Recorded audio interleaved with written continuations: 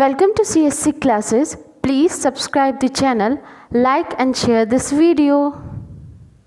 Everyone, my name is Deepa Arora और आज की वीडियो में हम बात करने जा रहे हैं एमसीक्यूज़ ऑन सी लैंग्वेज। मेरे पास बहुत टाइम से रिक्वेस्ट आ रही थी कि मैं बेसिक ऑफ सी पे कुछ ऑब्जेक्टिव्स बनाऊं ताकि जो लोग नॉन सीएससी बैकग्राउंड से एकदम से सीएससी के लिए आए हैं तो वो भी बेसिक चीज़ों को समझ सके। तो ये फर्स्ट वीडियो है एमसीक्यू पे, तो ये बेसिक्स पे बनाई गई है, इसीलिए इसमें बहुत सिंपल और बेसिक चीज़ें रखी गई हैं। जैसे जैसे आगे वीडियो बनती जाएंगी तो मैं और जितने इंपॉर्टेंट क्वेश्चन हैं जैसे कि प्लेसमेंट के लिए या फिर गेट में जो क्वेश्चंस आते हैं वो सब चीज़ें इसमें इंक्लूड करूँगी। तो आइए स्टार्ट करते हैं ये लेक्चर, और साथ ही साथ आप मेरे चैनल को सब्सक्राइब करना ना भूलें और बेल आइकन को भी प्रेस कर लें ताकि जितनी भी नई वीडियोस आएँ आपको सबसे पहले अपडेट मिल जाए। और अभी बहुत सारी लेटेस्ट वीडियो चैनल पे आनी बाकी हैं जिसमें हम कवर करेंगे सीएससी से रिलेटेड सारे सब्जेक्ट्स को शॉर्ट में। 1 घंटे के अंदर हम पूरे सब्जेक्ट को कवर करेंगे ताकि जो लास्ट नाइट फाइट करते हैं हम सब्जेक्ट को क्लियर करने के लिए जो पढ़ाई करते हैं उससे रिलेटेड बहुत सारी वीडियोज़ आने वाली हैं। और बेसिक्स ऑफ सी लैंग्वेज पे भी न्यू सीरीज़ आने वाली है, तो इसके लिए आप चैनल को प्लीज़ सब्सक्राइब कर लें। और अगर आपको ये वीडियो पसंद आती है तो प्लीज़ लाइक करना और शेयर करना ना भूलें। तो आइए स्टार्ट करते हैं आज की वीडियो। फर्स्ट क्वेश्चन है हमारा, who is the father of C language, कि सी लैंग्वेज के फादर या फिर इन्वेंटर किसे कहा जाता है। तो जो सी लैंग्वेज जिसने इन्वेंट की है वो है डेनिस रिची, इसलिए इसका जो करेक्ट ऑप्शन है दैट इज डेनिस रिची, यानी ऑप्शन नंबर 2 यानी B is the correct answer, Dennis Ritchie. Second question हमारा है, standard ANSI recognise number of keywords in C, यानी सी में स्टैंडर्ड कितने कीवर्ड्स होते हैं। तो कीवर्ड्स क्या होते हैं, कुछ स्पेसिफिक वर्ड्स होते हैं जिनका सी के अंदर पर्टिकुलर फंक्शन होता है। मतलब कि जैसे कि हमें किसी भी चीज़ को इनपुट देनी है, कोई भी इनपुट देनी है कीबोर्ड के थ्रू है ना, इनपुट देनी है हमारे कंप्यूटर को, तो उसके लिए हम यूज़ करते हैं एक स्पेसिफिक फंक्शन जिसे बोला जाता है स्कैनफ। तो ऐसे ही बहुत सारे कीवर्ड्स हैं जिनका सी के अंदर एक पर्टिकुलर मीनिंग है, एक पर्टिकुलर डेफिनेशन है और एक पर्टिकुलर वर्क है। ठीक है, तो ऐसे कितने स्टैंडर्ड कीवर्ड हैं सी के अंदर, हमें ये बताना है। क्या क्या होते हैं जब मैं डिटेल में वीडियो बनाऊंगी तब आपको बताऊंगी। तो यहाँ सिर्फ हमें ये बताना है कि कितने नंबर ऑफ स्टैंडर्ड कीवर्ड्स हैं सी के अंदर। तो सी के अंदर जो स्टैंडर्ड कीवर्ड है डेट आर 32, यानी 32 कीवर्ड्स हैं हमारे सी के अंदर स्टैंडर्ड। तो हमारा करेक्ट ऑप्शन है ऑप्शन नंबर सी, यानी 32 कीवर्ड स्टैंडर्ड है हमारे सी लैंग्वेज के अंदर। थर्ड क्वेश्चन हमारा है, how many types of loop in C, कि सी के अंदर कितने टाइप के लूप होते हैं।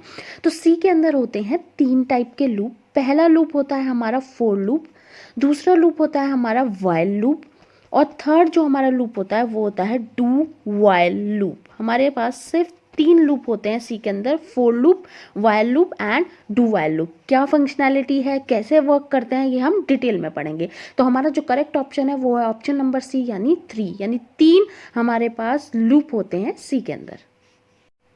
क्वेश्चन नंबर 4 हमारा है, in C functions use for input and output. C के अंदर इनपुट और आउटपुट के लिए कौन से फंक्शन हम यूज करते हैं। Input and output, printf and scanf, C in and C out, या फिर नन ऑफ दीज। तो देखिए जो सी इन एंड सी आउट है ये तो हम C++ में यूज़ करते हैं। ठीक है, इनपुट और आउटपुट हम सिंपली यूज़ नहीं करते। यहाँ पे जो फंक्शन यूज़ किया जाता है वो होता है हमारा प्रिंटफ एंड स्कैनफ। जो हमारा प्रिंटफ हम यूज़ करते हैं वो यूज़ करते हैं हम हमारी जो है आउटपुट को शो कराने के लिए, और जो हम स्कैनफ यूज़ करते हैं वो हम कीबोर्ड के थ्रू अपनी इनपुट देने के लिए शो करते हैं। ठीक है, यूज़ करते हैं, सॉरी। ठीक है, तो जो हमारा करेक्ट ऑप्शन है that is option number B, यानी प्रिंटफ एंड स्कैनफ यूज किए जाते हैं इनपुट और आउटपुट के फंक्शन को परफॉर्म करने के लिए सी के अंदर। नेक्स्ट हमारा क्वेश्चन नंबर 5 है, which of the following is invalid header files in C. तो सबसे पहले हम ये समझते हैं कि हेडर फाइल होती क्या है, तभी हम समझ पाएंगे कौन सी वैलिड है कौन सी इनवैलिड है, कितनी टाइप की हेडर फाइल हमारे सी के अंदर होती है। तो देखिए इसे समझने का सबसे इजी तरीका ये है कि हम एक एग्जांपल लेते हैं कि जैसे कुछ बुक्स हैं और जो कलेक्शन ऑफ बुक्स होता है वो हम कहाँ रखते हैं, अपनी लाइब्रेरी के अंदर। यानी लाइब्रेरी के अंदर क्या होती है, कलेक्शन ऑफ बुक्स होती है, यानी बहुत सारी बुक्स हम क्या करते हैं, कलेक्ट करके अरेंज करके रखते हैं। ठीक है, इसी तरीके से सी के अंदर बहुत सारे फंक्शंस होते हैं। जैसे कि अभी हमने 2 फंक्शन की बात करी थी, प्रिंटफ और स्कैनफ की। प्रिंटफ का यूज़ किया जाता है आउटपुट को शो कराने के लिए और स्कैनफ का यूज़ किया जाता है इनपुट को देने के लिए। तो ऐसे ही सी के अंदर बहुत सारे फंक्शंस हैं। तो हर पर्टिकुलर कैटेगरी के फंक्शन को हम क्या करते हैं, एक हेडर फाइल फाइल के अंदर स्टोर करा देते हैं, ठीक है।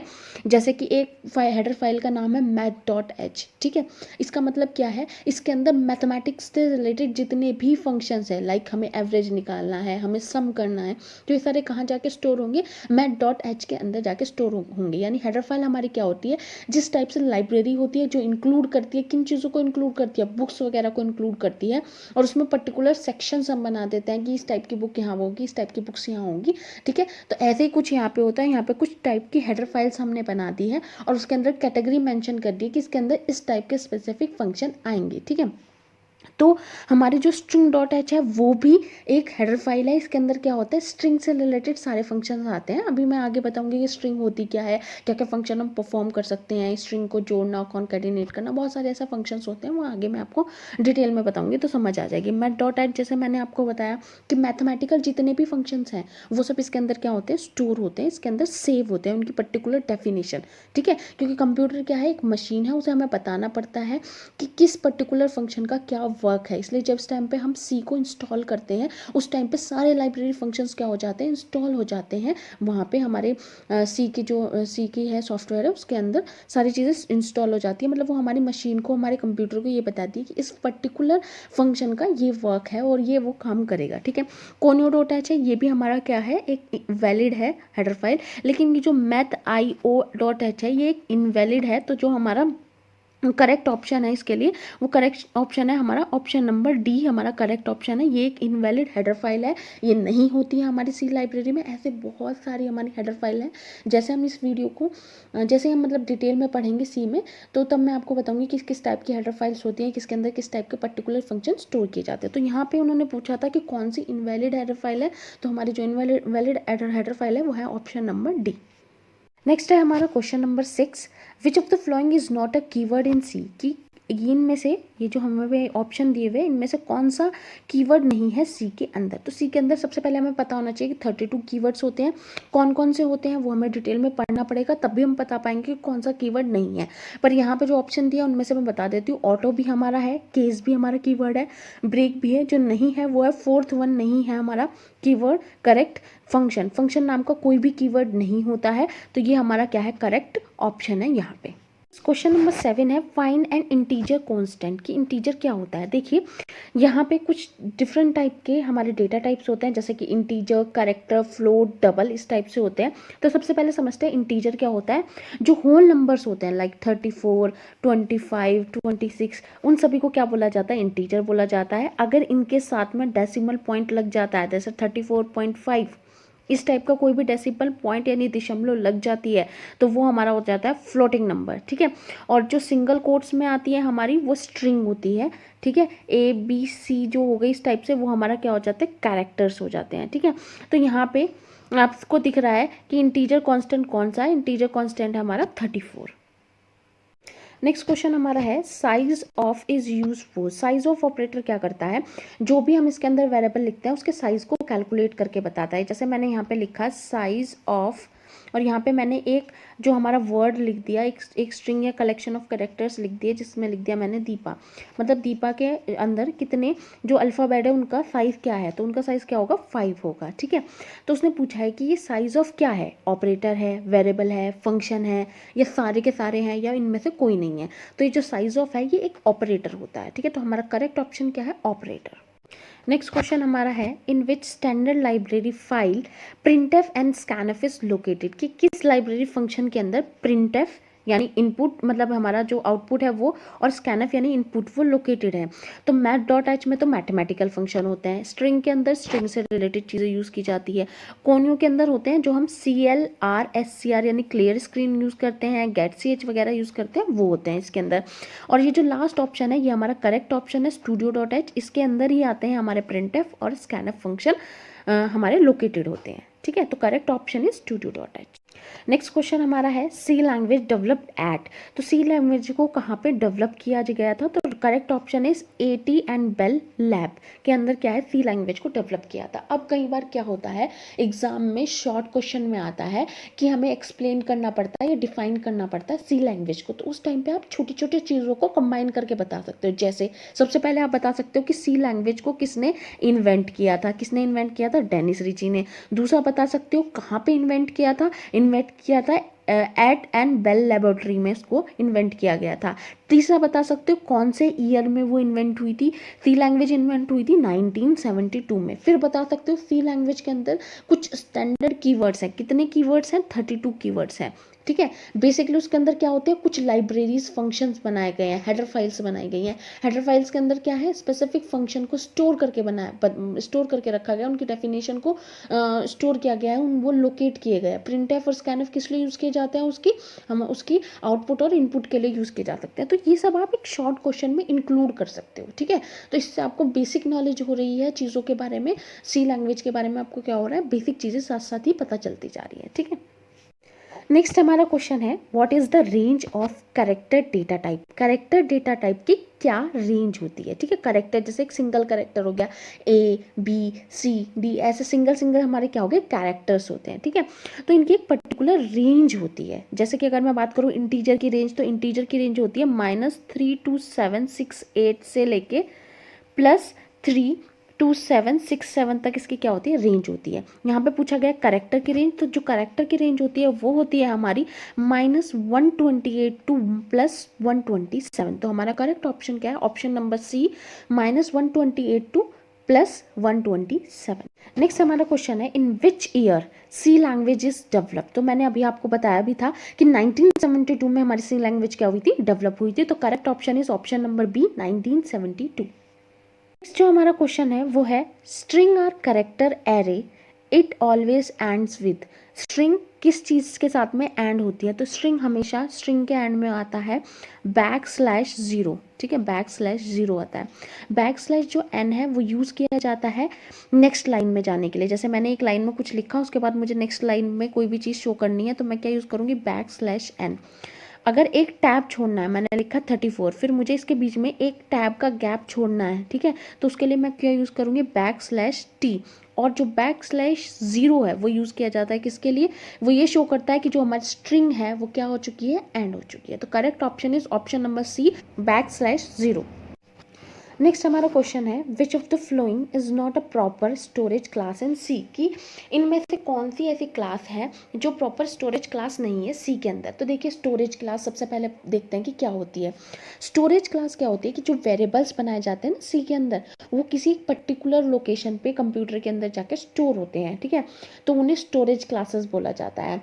अब वो कई टाइप की होती है, जैसे कि स्टैटिक होती है, एक्सटर्न होती है, ऑटो होती है और रजिस्टर होती है। इसमें जो बीच में है ना DEC, ये नहीं है कोई भी स्टोरेज क्लास, ठीक है।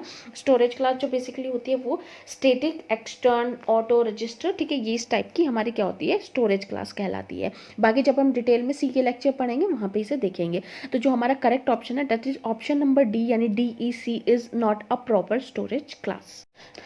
नेक्स्ट हमारा क्वेश्चन है what is the default value of local variable. जो हमारा लोकल वेरिएबल होता है उसकी डिफॉल्ट वैल्यू क्या होती है, 0 होती है, 1 होती है, नन यानी इनमें से कुछ नहीं होती, मतलब गार्बेज होती है, नल होती है, खाली होता है, नन ऑफ दीज होती है, इनमें से कोई नहीं, ठीक है। तो देखिए जो हमारा लोकल वेरिएबल होता है, देखिए लोकल वेरिएबल होता है, एक हमारा होता है स्टैटिक वेरिएबल। तो जो लोकल होता है वेरिएबल, उसकी जो हमारा डिफॉल्ट वैल्यू होती है कि बाय डिफॉल्ट एक वैल्यू स्टोर हो जाती है, वो हमारी गार्बेज वैल्यू होती है, ठीक है। वो पॉजिटिव में भी हो सकती है, नेगेटिव में भी हो सकती है, कोई भी रैंडम नंबर हो सकता है, ठीक है। तो वो हमारी क्या होती है, गार्बेज वैल्यू क्या होती है, स्टोर होती है, डिफॉल्ट वैल्यू। नेक्स्ट हमारा क्वेश्चन है what is the default value of static variable की क्या डिफॉल्ट वैल्यू होती है, वो 0 होती है, 1 होती है, नन होती है, गार्बेज होती है, नल होती है, या फिर इनमें से नन ऑफ दीज होती है। तो जो हमारा स्टैटिक कहते हैं वेरिएबल, ठीक है, अभी हमने क्या पढ़ा था, लोकल वेरिएबल। लोकल वेरिएबल की क्या होती है, गार्बेज वैल्यू होती है, यानी कोई भी रैंडम नंबर हो सकता है, पॉजिटिव से लेकर नेगेटिव तक कोई भी रैंडम नंबर उसे असाइन हो सकता है। लेकिन जो हमारा स्टैटिक है उसकी जो डिफॉल्ट वैल्यू होती है वो क्या होती है, हमारी 0, यानी करेक्ट ऑप्शन है ऑप्शन नंबर ए, 0। नेक्स्ट हमारा क्वेश्चन है which of the following is a logical not operator, ठीक है। हमारे पास में ना लॉजिकल ऑपरेटर 3 टाइप के होते हैं। पहला होता है और, एंड, और लास्ट होता है हमारा क्या, नॉट। और का जो सिंबल है वो होता है ये वाला, ठीक है।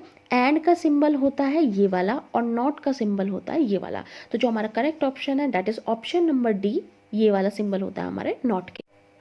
नेक्स्ट हमारा क्वेश्चन है which of the following is not a valid storage class, ठीक है। मैंने अभी बताया था स्टोरेज क्लास क्या होती है, वेरिएबल को स्टोर करे जाते हैं जहाँ पे वो होती है। तो ऑटो भी है हमारी, रजिस्टर भी है, एक्सटर्न भी है, ठीक है।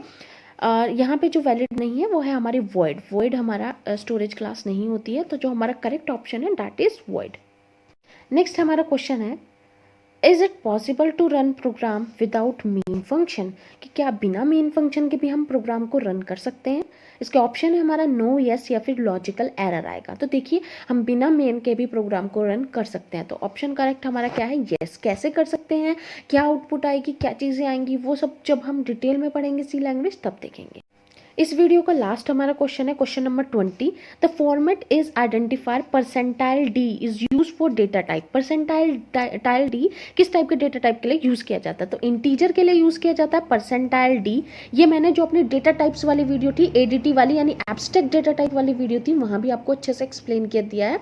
तो वीडियो का लिंक जो है मैं डिस्क्रिप्शन बॉक्स में और आई बटन पे भी लगा दूंगी, आप वो वीडियो डिटेल में देख सकते हो। वहां से आपको इजिली क्लियर हो जाएगा क्या डेटा टाइप होता है, क्या एब्स्ट्रैक्ट डेटा टाइप होता है, ठीक है।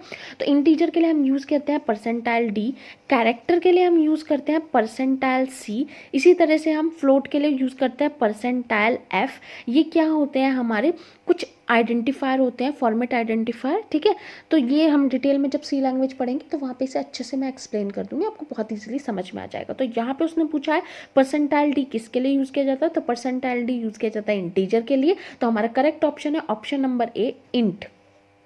I hope you all liked the video. Please like and share this video and subscribe to my channel. Thank you.